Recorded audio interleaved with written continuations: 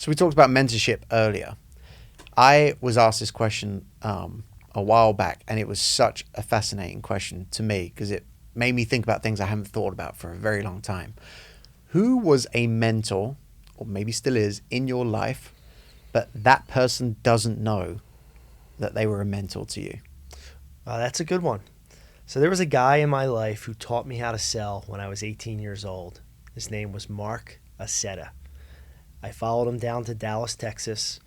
We were in the same company. He was absolutely a mentor at the time, whether he knew it or thought it. I'm sure he did. I mean, I was a kid. He maybe he doesn't even remember me.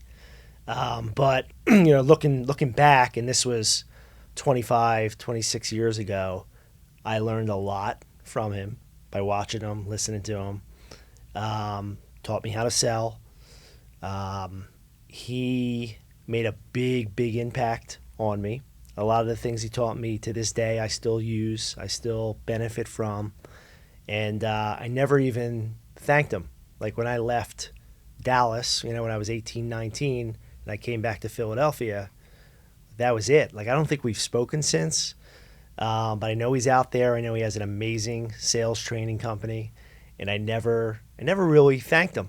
And thank you for asking that question because it's an opportunity for me to thank him. His name's Mark Aceta. He has a sales training company, amazing training videos. So that's a blast from the past. Do you have his contact information?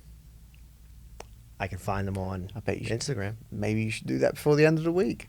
I'm sure he'd Maybe love I to will. know that. Maybe I will. Yeah. It's funny for me.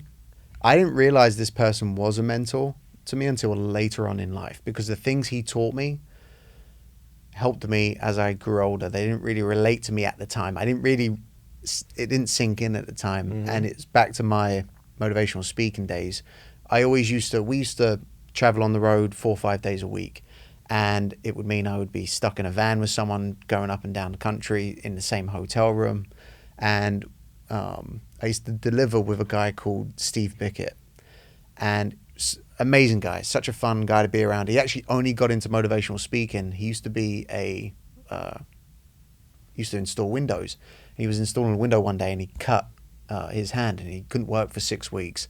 He ended up cutting his hand for my boss at the time who run the motivational company and said, why don't you just come on the road with us for 6 weeks because I feel so bad because now you can't work. You're installing my windows, just come along and see if you enjoy yourself. He ended up being a speaker with us and was just a great guy.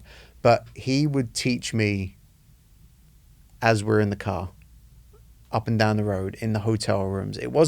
None of it was intentional. We didn't sit down and say, okay, what topic are we going to cover today? But it was only until I was later on in my life where I was like, oh, wait, Steve used to say that. Or Steve used to be the one saying you always show up early. Yeah. And he taught me so much and really helped me become the man I am today. 100%. And I don't think he realizes that. So thank you, Steve. I enjoyed the beef hula hoops with you on the road. So thanks. You have beef hula hoops over here? The chips? In this country, I don't think so. No. That's why America stinks. No, you can cut that out. Thanks.